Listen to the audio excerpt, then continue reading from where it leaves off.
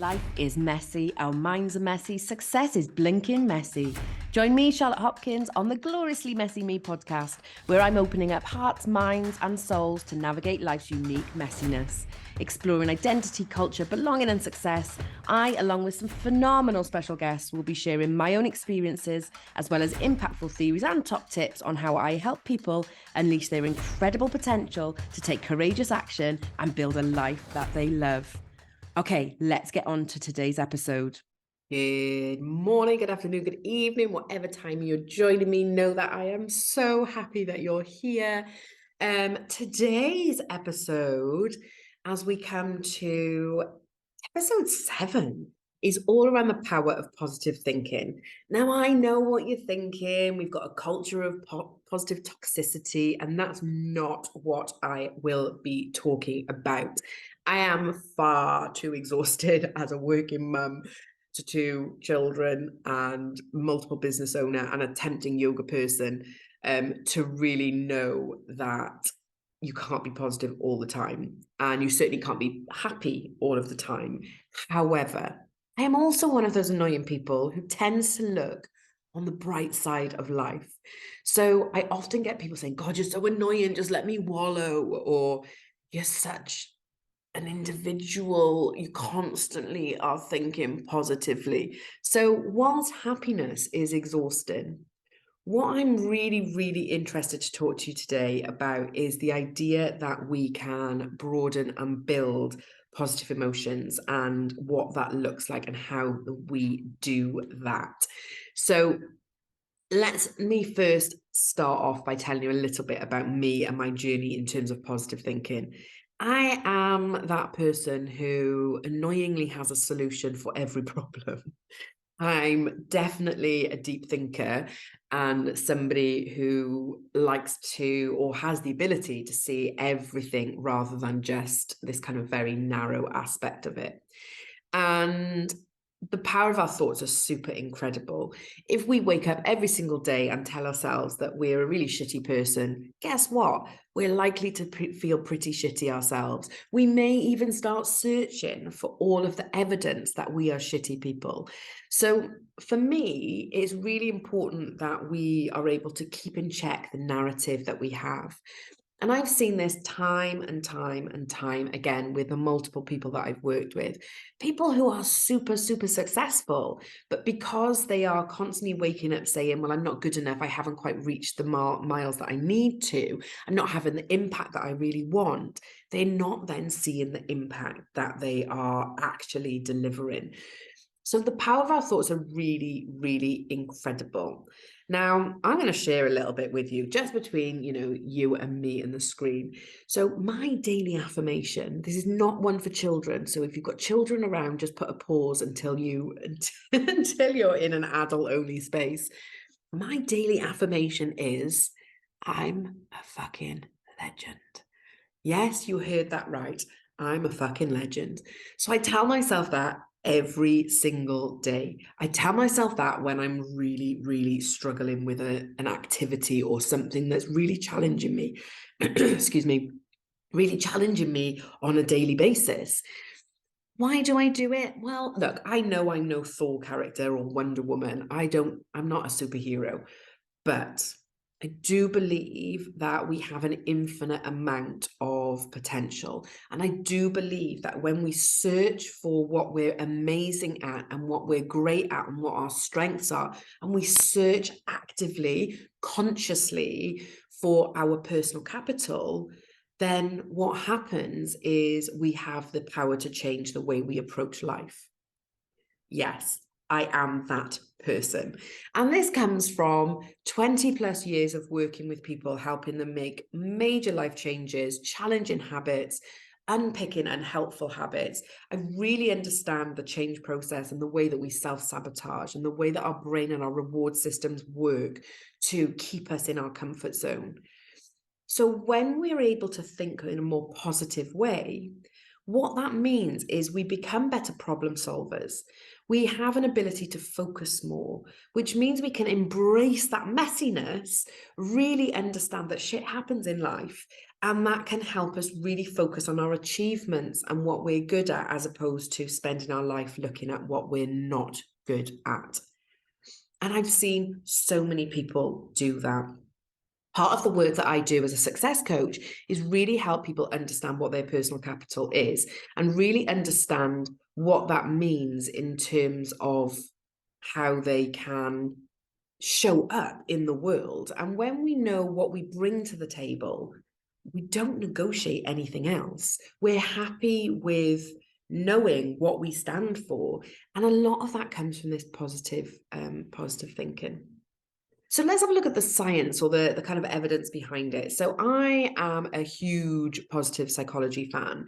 And the reason I love positive psychology is when I come from a very medicalized model of work, and I have never always thought that everything is medicalized. And if we look at a lot of the way that we've grown as a system and as a society, we've been very reliant on a medicalized model.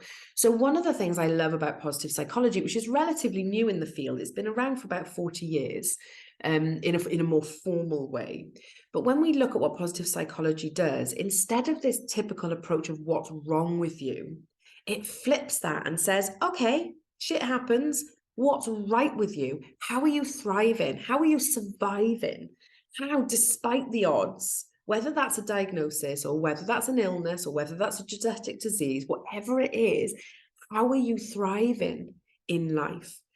To me, it makes perfect sense, because we can't not control what happens to us. So what we really need to be able to do is embrace this idea that we need to change the mindset that we have. Now, there's probably lots of you who've heard about a fixed mindset and a growth mindset, and I'm not going to go into that in too much detail. You can definitely Google that. And if you're not really sure what it is, definitely research a fixed and a growth mindset. Here's the challenge. When we look at, there's a theory called the broaden and build theory. And when we look at positive thinking, if you're not naturally somebody who is going to have a solution for every problem, don't get me wrong, I've got plenty of friends and people who've got a problem for every solution. If you're that person and you know it's not serving you well, then what we can look at doing is retraining, if you like, the brain and the way that the mind works to see the solutions instead of the problem, to see the positive instead of the unhelpful. I'm not a big fan of positive negative. I don't generally think that we have negativity in our lives. What we have is unhelpful or unhealthy behaviors. So what we want to do is really understand what's unhelpful and unhealthy for us now. And part of this is what keeps people stuck. And the broaden and build theory is all about creating a kind of more high level and flexible cognitive thinking.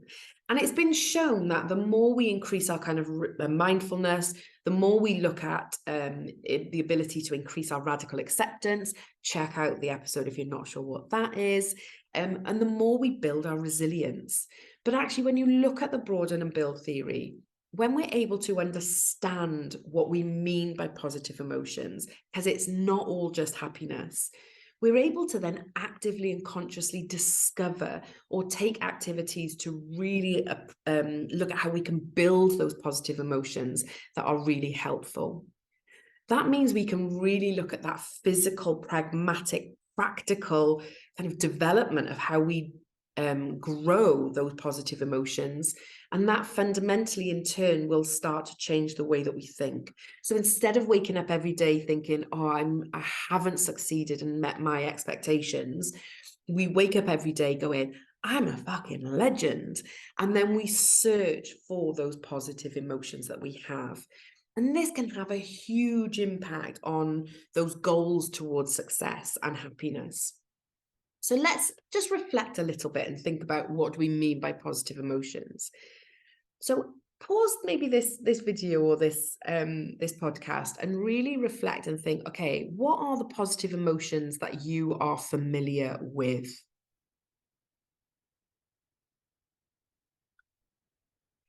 Tough, It's tough. I have done this activity with hundreds and hundreds of professionals who are helping hundreds and hundreds of people.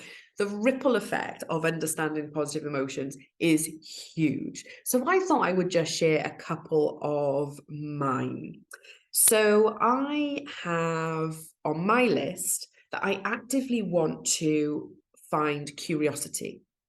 So on a daily basis, I get curious about things. I love to research for the podcast. I love to reflect back on activities and stuff I've done. I like to remain curious about why I've behaved in that way, or why I haven't behaved in that way, or why I'm thinking things in that way. I want some calmness. I'm quite energetic. This stays throughout the day. But what I find is I do this. What I'm now actively looking for is how do I find some balance? And I've done that through developing meditation skills, because let me tell you, it took me about 16 weeks of just being able to do 2 minutes. That's all it was. 2 minutes, 16 weeks to be able to calm my mind. It works brilliantly for me now. So what I can do is see that the positive emotion that I wanted was calmness. I discovered that meditating was going to be helpful. I'd done lots of research in it because I am that kind of a person. And I developed those skills. So now what I find is on a daily basis, I'm able to embed periods of calmness. Sometimes it's 2 minutes on the toilet. Yeah, sometimes it's that. But sometimes it's actively 10 minutes before I go to bed or when I wake up in the morning. So I'm actively looking for calmness. I want contentment. I'm generally a happy person, but happiness is exhausting. so I want that contentment that's not quite intense. I also want silliness. I want some laughter in my life on a daily basis. Sometimes my silliness comes from actively searching for puppy videos. You know, those ones where dogs kind of look at you and go, no, I've not eaten the pillows, even though they've got feathers all around their mouths. Yeah, things like that make me giggle. So those kind of things will bring in that silliness. I also want things like optimism and hope and peace and joy and trust. I want lots of these positive emotions that aren't always so intense and mean happiness. So my call to action for you today is, what do you want more of? So when we're looking at positive thinking, and we know that it has a huge impact on the way that we think and feel and our ability to do things, what is it that you want more of in your life?